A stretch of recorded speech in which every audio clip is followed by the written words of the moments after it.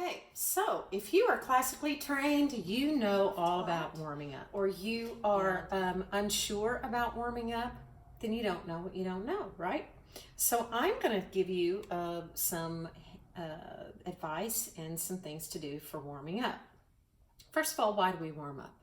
Well, we warm up the same reason why a runner who's getting ready to run would do some stretches, get the body moving. It's so that you can warm up your larynx. Now remember, your larynx is made out of all muscle and all connective tissue, and it can be fairly rigid or stiff if you haven't warmed it up.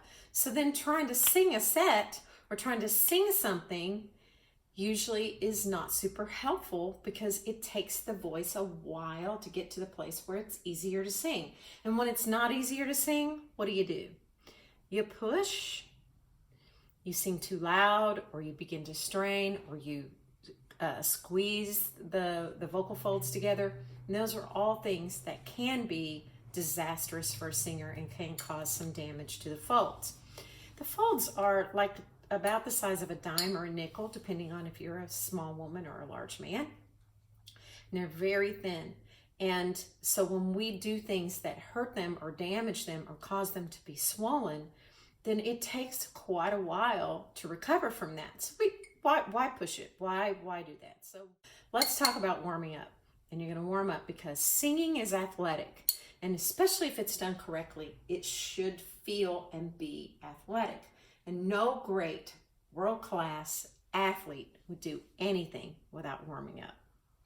So I like to start my warm-up by getting myself a water bottle. This is a glass bottle. It's got my own purified water in it. And I want it to be about halfway full. So if you have a plastic bottle, just drink enough to make it about halfway full. Plus hydrated. Hydration is good too. So, all right.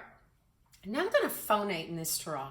And this is called semi-occluded voice technique.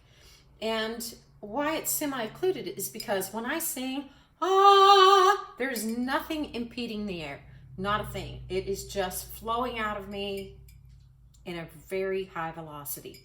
When I slow that velocity down, what happens is I get this equal pressure below the larynx and above the larynx, and the folds can come up and work together quite nicely without a lot of effort.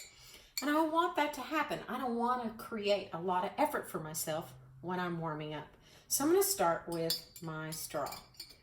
And notice how you can hear it. If this is what you hear, then you're not sending that sound forward and into the straw. We want to send the sound forward and into the straw, almost through, or think about sending it out the nose. Now that I've said the nose, I also don't want this.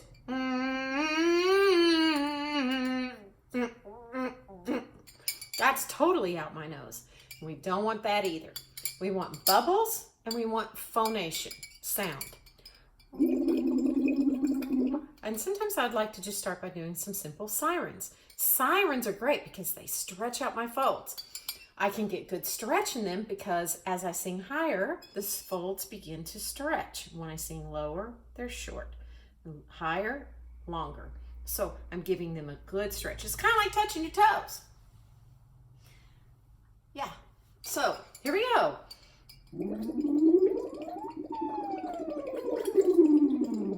Now you may have noticed that there was a little place where I didn't have any phonation at all, but I still had bubbles going.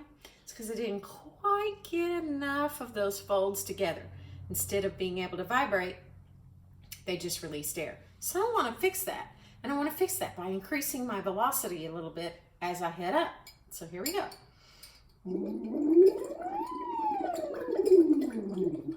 Nicely done, Denise. Thank you. So here we go. Maybe